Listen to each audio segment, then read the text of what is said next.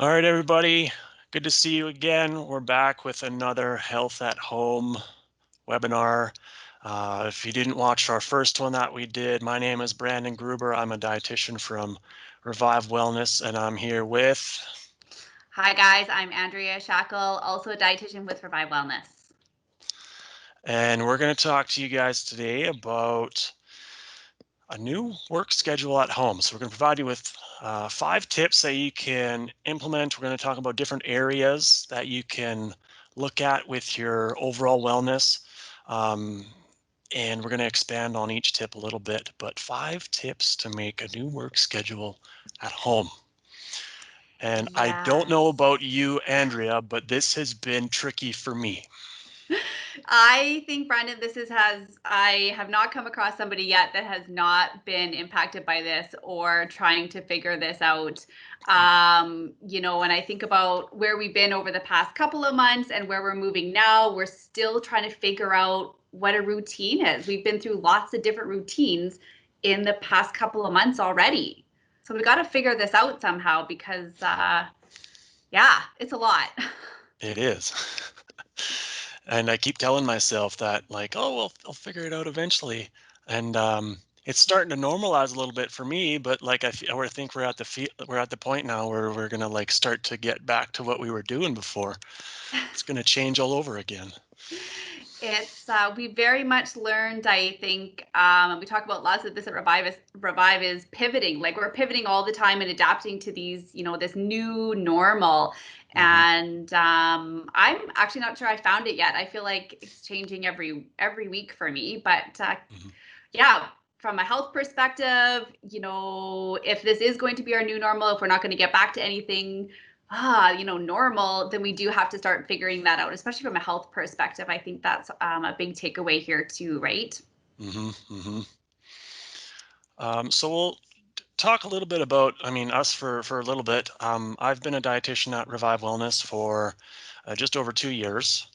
And that's been the entire time that I've been a dietitian as well. So I've spent my entire career with Revive Wellness, and I've been my areas kind of shifted a little bit, but I'm predominantly fascinated with sports nutrition and plant-based diets, but in specifically um, take a couple steps back from just those things and figuring out, not only for myself but for everybody that I work with, how can I help people find ways to, what is their version of whole body health. That's really, and helping people realize those things is amazing. It is amazing for sure. And I've been at Revive now for, I'm actually almost coming up a year actually this summer. So that's kind of good. But I've actually been a dietitian for over 10 years, and my area has really been in health management, chronic disease management. I'm a diabetes educator, but also with obesity specialty. So, when I think about all areas of health, everything we do from routine to our mental health to our sleep, how we're doing, our relationship with food is all connected. So I think this topic falls in suit of that of we've kind of been floundering around for the past 3 months. We don't know up and down, but yet we still need to come out with a routine out of this. And we know that when we're sleeping well, we're eating well, we're feeling well, everything gets connected, and then we start to feel good. Mm-hmm. And if you guys are interested at all, we we do have Facebook, Twitter, Instagram, and the type of content that we're going to talk about today is stuff that we talk about a lot. So um, give us a follow, and you'll probably see some stuff similar to what we're going to talk about, and a little bit different too. So that's the main things we're going to talk about, is those 5 tips. So we're going to cover sleep, we're going to cover meal timing, we're going to cover brain breaks, exercise, and finding time for transitions. So if this is not a common thing that you've heard about, this one I think is a pretty cool one, and it's pretty, especially for right now with a lot of virtual stuff, I think it's pretty relevant. Very, very relevant. And I might think, if you're coming onto this webinar and you go, oh, you know what, I've heard this stuff before. Some of this stuff isn't, revolutionary. It's not something probably you haven't heard from before. But what I would ask you if you are watching this webinar is to go, okay, but how does this apply to me now? How could I maybe look at this tip in a different way? Or how do I need to take this tip and refit it into my schedule? So that's always what I kind of talk about when we've heard information before, but how do we use it now, right? Hmm. Absolutely. So let's get right into it. So the first one we're going to talk about is sleep schedule. Now, this one might seem like a no-brainer, but we'll quickly realize that how important the sleep schedule is because it has a little bit of a domino effect, I guess you can say. Yes. And we actually know, Brandon, like 1 in 3 Canadians are not hitting that sleep hours of 7 to 9 hours. So that was, normally not sleeping. But now with the changes with everything, they are showing that we're not sleeping as well anymore. And I don't know about you, but when I don't sleep, I can barely function. Like I Hmm. need my sleep. Yep, yep. And we're in a culture right now where it's kind of it's getting a little bit better, but the idea of like, oh, I don't sleep that much, I can just power through my day, like it's like kind of the cool thing until you recognize and for yourself that like you just can't function really, and then there's all these things that are happening that could potentially be leaded to sleep deprivation. Yeah. Or it's even the feeling of, oh, we're at home, we can stay up a little bit later because we don't have to maybe get up as early, that, feeling of just staying up later. So I know I've been talking to lots of different clients and their bedtimes have, extended by an hour and a half and now they're tired and they weren't before. So I think developing some sort of sleep routine is one of probably our biggest things we can do for our health. Well, you don't have to if your work routine has changed significantly and you're working from home, your work schedule might be a little bit more lax, which means that one, if you had to commute to work before, you don't have to do that anymore. Your work hours, you mean a little bit later. So there's less, I mean, it's not as much of a priority to get that sleep schedule down pat because, if I don't need to like get up, get ready, drive, and get somewhere right on time, then there's not a priority anymore, right? Yes, and I will be the first one to say I'm guilty of this because I don't miss my commute. I've got 2 little kids at home. I'm not having to rush out the door extra early to accommodate that. So, in some ways, we've actually caught up in sleep because of it, which is great.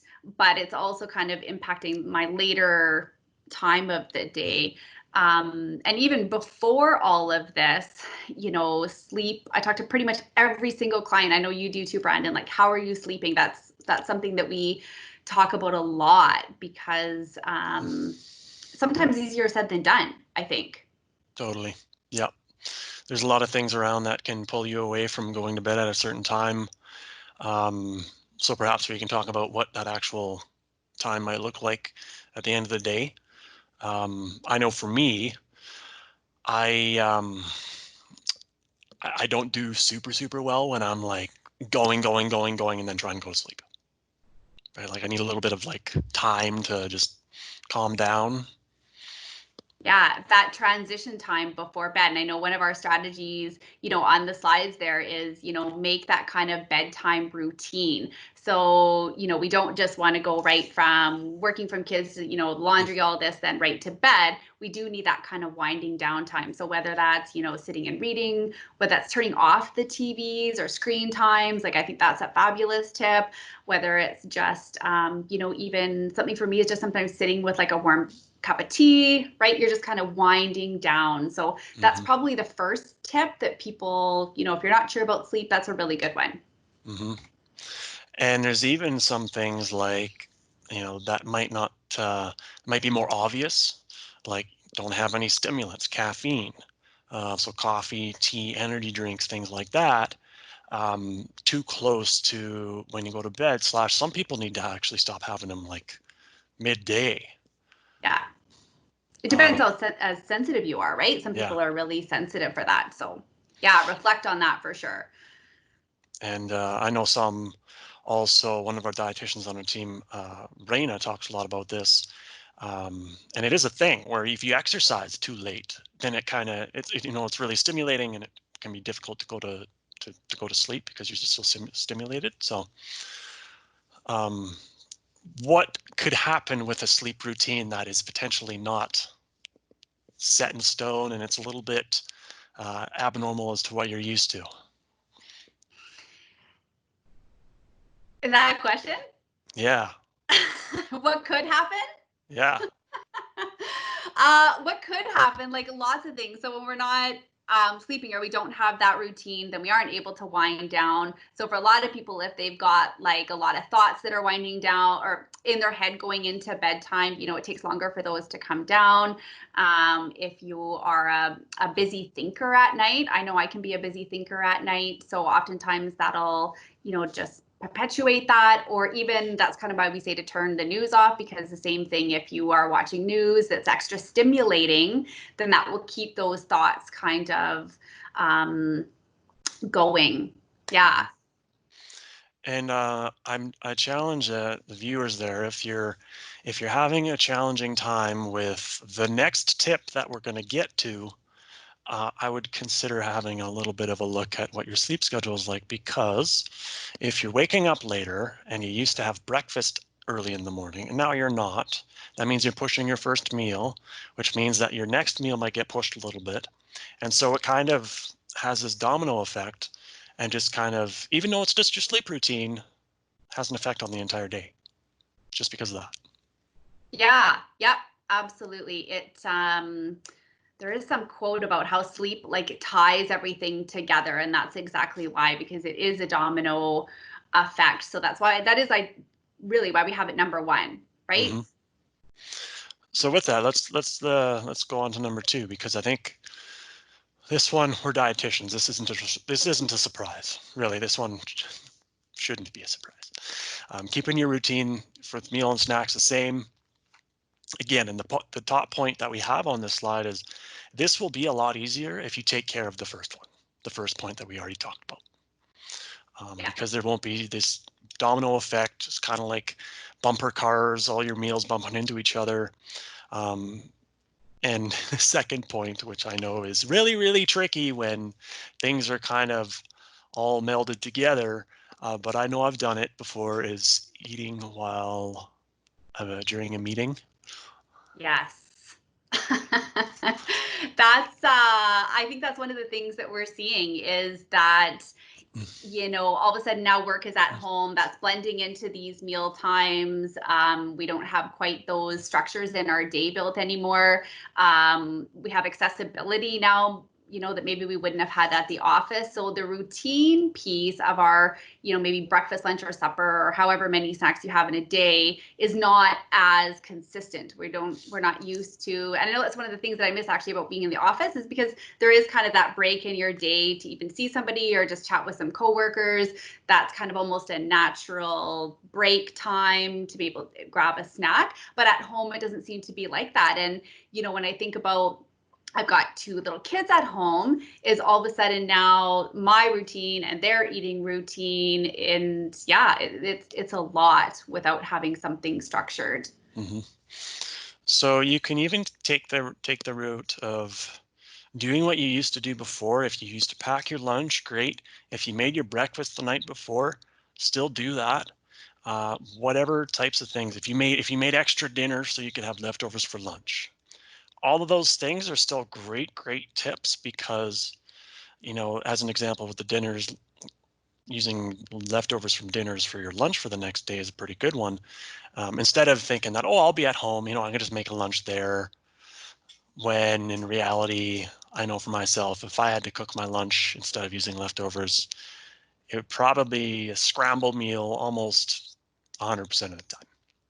And yeah, I'm the same way. I think I have this time, but at home I'm realizing I don't actually, when there's other responsibilities um around. And I actually think, this is a good time for people to reflect, is, a lot of people would maybe need snacks during the morning and the afternoon, but if you're kind of getting up a little bit later and your meal times are shifted, you might actually not need those snacks. So I would say always preserve your main three meals or however you're doing that. And, if the snacks aren't as much of the routine, then great, you don't necessarily need them. But again, that one's going to be more on an individual basis and kind of reflecting on that. But Hmm. I think one of the biggest things I've seen to keep in routine, which is so funny, Brandon, because we talk about this all the time, is the meal planning piece, right? We're always trying to get people to think, meal planning, think ahead so we're not scrambling. And with this new routines that have been changing, especially with working at home, there still is that scrambly feeling, right? Yep. Like of work kind of almost running late because you're at home because you can do more, and that's still leaching into those meal times. So, you know, we can, probably hit that one forever about the meal planning. It helps a lot. I'm going to be completely honest. My meal planning style with my wife and I has not changed at all because it's still works, right? If it's not broke, don't try and fix it, kind of thing. Yeah, and I know I don't know if you can improve on meal planning skill. The dietitians, I think we're pretty good at it. But with the grocery stores and stuff, we're pushing 10 days to 2 week meal plans. We would have not done that in the past, but we still heavily rely on that meal plan from a grocery perspective. It also means we don't have that extra stuff lying around. Hmm. And I'll give a little plug for our other webinar, Brandon, because if you are at home and you're finding, kind of munching at home and cravings and stuff, I would encourage you to check out our other webinar that we did on managing emotional eating. But yeah, a little plug in there. Hmm. And I would ask before we move on to the next one that if anybody out there has had a little bit of a shift in how many times you go to the grocery store during the week. I know there was quite a few instances early on in the pandemic, like March, April, where grocery stores were really packed. There was a lot of empty stuff on the shelves. So grocery shopping looked a little bit different, which kind of leads into meal planning looking a little bit different. Um, Yeah. but just the fact that you do it to begin with is a great thing because it, then you're not relying on flying by the seat of your pants. Yeah, for sure. And I think, I've talked to lots of clients and actually if they weren't meal planning before, they definitely have started doing it now. So, Hmm. it is, it can really help with that routine thing. It's huge. So let's tackle number three, shall we? Yes, this taking brain breaks. So, um, there's all these things going around about, Zoom fatigue and video chat fatigue, and that's been going around. There's terms like that going. There's even prior to COVID, they were talking about, sitting is the next best thing to, or not next best thing, but sitting is equally as bad as smoking. Mm, Right. So I think that with being at home, working from home, if you kind of had a job where you were getting up, maybe you were taking a flight of stairs to the next level somewhere, or you were, you know, this sounds so old, but like walking to a photocopier or a fax machine or something, right? Like there was little breaks away from your desk or your computer, and working at home, it's not that anymore. You really are kind of stationed to a desk or a computer. So, one of the things we talk about even before this is to take a break. Our brain needs a break from this. It needs a break from sitting. So this is huge.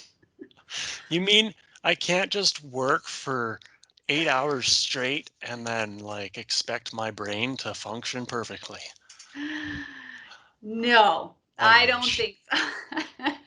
If If any of you you out are there what can do that, then Yes, if you can. But no, from a whole health perspective, our brain does need that break. It needs a break from the screen. It just needs that mental clarity. And, it doesn't have to be long breaks. It can just be getting up and, every 30 minutes, going to get a glass of water or going to the bathroom or just getting up and standing or we've got some examples on there. If anybody's wearing headsets like we are, right? Can we do our meeting standing up, or can we do it, on a walk or even on a treadmill, even better, right? So hmm this one is really, really important. hmm and sometimes it can be just making your environment more, productive, making it, if you were a person that kind of took all your favorite little knickknacks to your office and kind of making that environment the same thing, um, will make it a little bit more, well, not as mentally draining. It's a more positive environment kind of thing. As an example for me, um, I used to have my office in a certain space in my apartment, and I moved it because I wanted there to be a little bit more light. I wanted it to be a little bit, just more, I guess, for lack of a better term, more happy looking. Yes. Uh, but it's also close to my balcony, right? So I can go walk outside my balcony. It's like it's not that far away. But I sometimes tell my clients that to encourage hydration and fluid intake, I'll sometimes say that, like, hey, if you go to the bathroom more, but that's more excuses for you to get up out of your chair and give you a break. Yeah, it's so true. It's so true.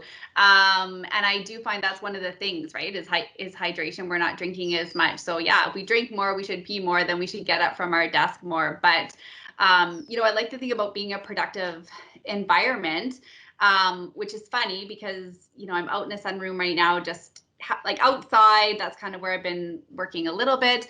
But when my kids are around, it's not necessarily always able to do that. And I think that's one of the challenges with maybe with working parents is where that environment is. And Hmm. Brandon's seen my box desk at home. Is sometimes it's on a box desk. It's not as comfortable, but I don't want to be sitting at it. It's just not good from ergonomics. It's straining on the body to be able to not be in those proper positions that we're used to. So and I actually think, we don't want to think this is from a work perspective, but we actually have the time maybe to go out during our day, and take a walk. And, if something we're frustrated with, or we're working on a project and we're just, not getting anywhere, it could be something as simple as, what, I'm going to go take a walk and then come back to it just for some clarity piece. So, Hmm. that's kind of one of the upsides, actually. Yep, I have utilized that benefit extensively, I will tell you. Absolutely. If we, and it's like we have more distraction potentially around at home too, which makes us potentially slightly less efficient, slightly less productive, which then might, I do this. I put the onus on myself that I need to, like, oh, damn, I didn't work as efficient, which means that I might be more apt to work through potential brain break situations because I'm behind when it's actually counterproductive doing that. Yeah, for sure. Number four, this one we've talked about before. This one, scheduling exercise as an appointment. Um, I mean, or I guess you could think of it as scheduling it like you would a meeting. Yeah, I think, I would love to say that we function, just being able to make impulse decisions all day long. But when trying to get in all of our health um, components that we're working on, we do have to figure out, okay, where are we going to do them? And I know exercise is one that we hear a lot. Like, I don't have time for that. Even before all of this, time is always going to be a factor. So if we're scheduling it in, then, it's there. We know where the time is for it, but we also can hold accountability for that, right? Of where it's going to be in our day. And right now, and we're going to talk about this in the next slide, is we need those breaks right now. And exercise right now is something we definitely can do. And, it doesn't have to be,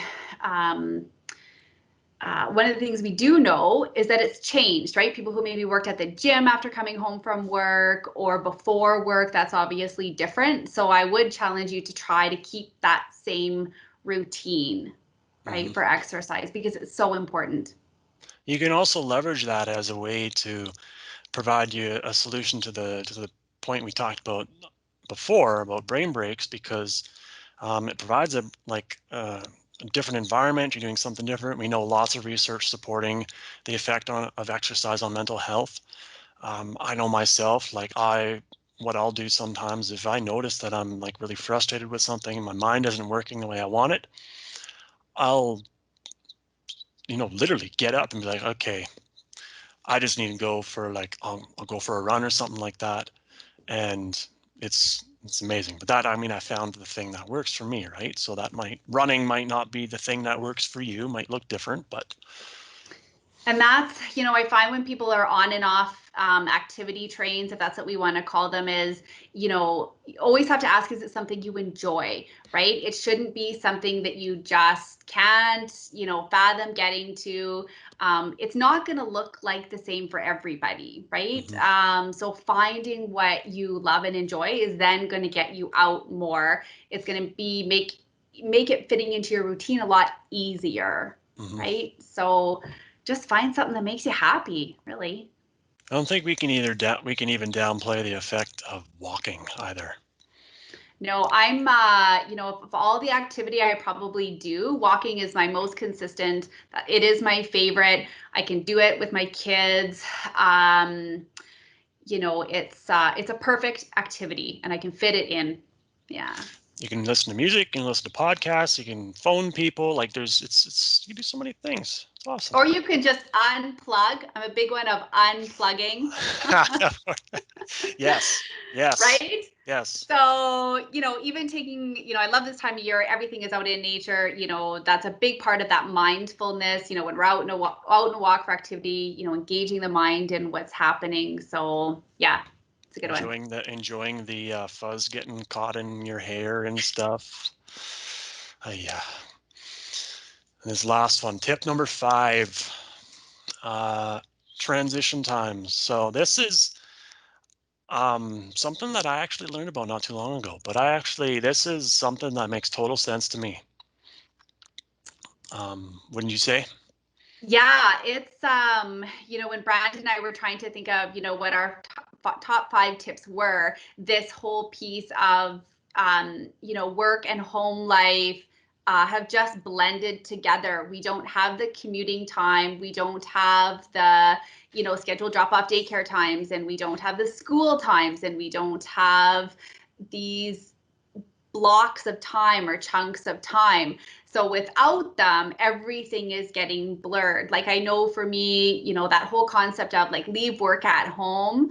Or no, sorry, no, don't leave work at home. The whole concept of leave work at work, all of a sudden now my work is in my home. So it's a lot more tempting to just be like, well, maybe I'll just see if any emails come in, or maybe that. So I'm losing my blocks of time where I would put my priorities, and even my me time, right? So we talk a lot about that, but yeah, this transition piece is really interesting.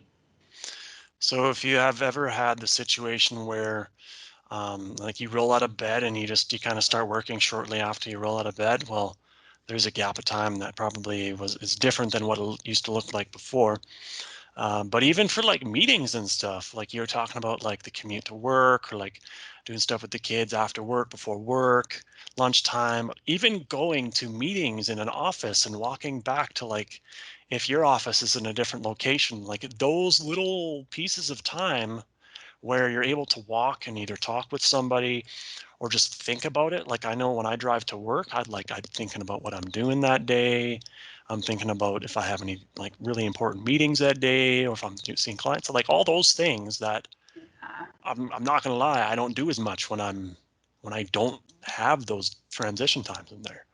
yeah, it's that kind of almost debriefing time, right? Yeah. Which is so important. It's so important to kind of keep the stress level down. So when you're, rolling out of bed, you're going to work, and then you're at home, and then you got your kids around, or you got all the other, you might have also a spouse or a partner at home working with you too, right? There isn't that those breaks. So I Mhm. think one of the things you want to challenge people when you're coming out with your new normal is to think about these transition times, or think about where your blocks of times are, and to make sure that your blocks of time are including things that are important and helpful for you from a mental health, from a physical health, which leads on kind of what our other 4 tips were, right? We need that block of time for sleep, we need that block of time for our meals, we need that block of time for activity, we need our block of time to allow for breaks and debriefing. So I think that one's going to be a tough one, and I think it's going to be one we're really going to need to reflect and figure out. It's going to look probably different for everybody. A common thread between all of these And I'm glad that, you probably, all the ones that are watching have noticed that we probably put reflect on most of the slides, Yes. because that is one key component of all of this is, and you can think of it in the way of building awareness of what your routine looks like compared to what it was before, but also, you know, being realistic with the time management piece and just noticing, like, what are my blocks of time.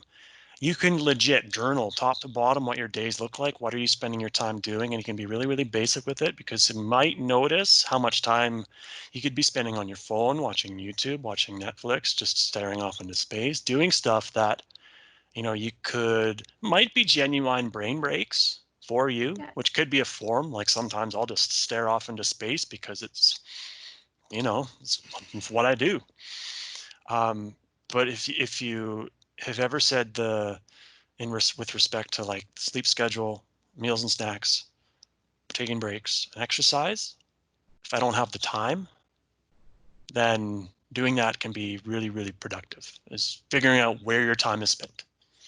Yeah. And, I think about, time management is something I talk to lots of my clients about even before all of this and will after, of where is our time going and how do we fit and allow time for all the things we're trying to work on and accomplish. But remembering that we only have 24 hours in a day, maybe 12 hours, right, of how we're going to use it and spend it. So, Brandon's right on the reflection piece on why we talk about it all the time is because without stopping and asking ourselves these questions, we don't know what steps we need to take to figure it out, right? It's all about problem solving. It's all about figuring out what's going to work for you. And not every single thing will work for every single buddy, right? So it's very much finding out what will work for you, what will work for what's going to make sense going into this new routine. Hmm. And pretty soon we may have to do it all over again when we go Yes. back. It's isn't that true, Brandon? Because I think about where we started with even some of our webinars to even where we're now. Yeah, this could definitely change along the way. So keep on your toes, but something, these 5 tips, and we've talked about them in other webinars too, if you're checking them out. All these areas impact our health, and we want to make sure that at the end of this, that we're coming out with good health strategies, right? These are strategies that are going to take us far, well beyond all this pandemic stuff. These are things that we should be doing anyway. So, yeah. Absolutely. So we come to the end of part 2 of Andrea and my webinar series here as a part of the Do Your Part webinar series. But we want to let you know, as always, that we are here to support you in any way, shape, or form that you think would be most helpful. Something we didn't mention earlier in the webinar, but we have mentioned before, is that not only do we have dietitians at Revive Wellness, we also have a psychologist as well. We also have a chef too. Ah, But as you can imagine, a lot of the stuff that we talked about today is very psychologically entrenched as well as nutritionally entrenched. So um, that's super awesome that we have faith support. yeah, it's anybody you talk to on our team, all the webinars that Brandon said, all have that same common theme. When we look at health, we look at all areas of it, and yeah, we can help out with lots. So yeah, give us a follow. Look for some of our other stuff.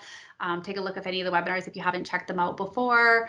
But yeah, we wish you all the best on these new routines, and yeah, wish you all the best in trying to figure it out.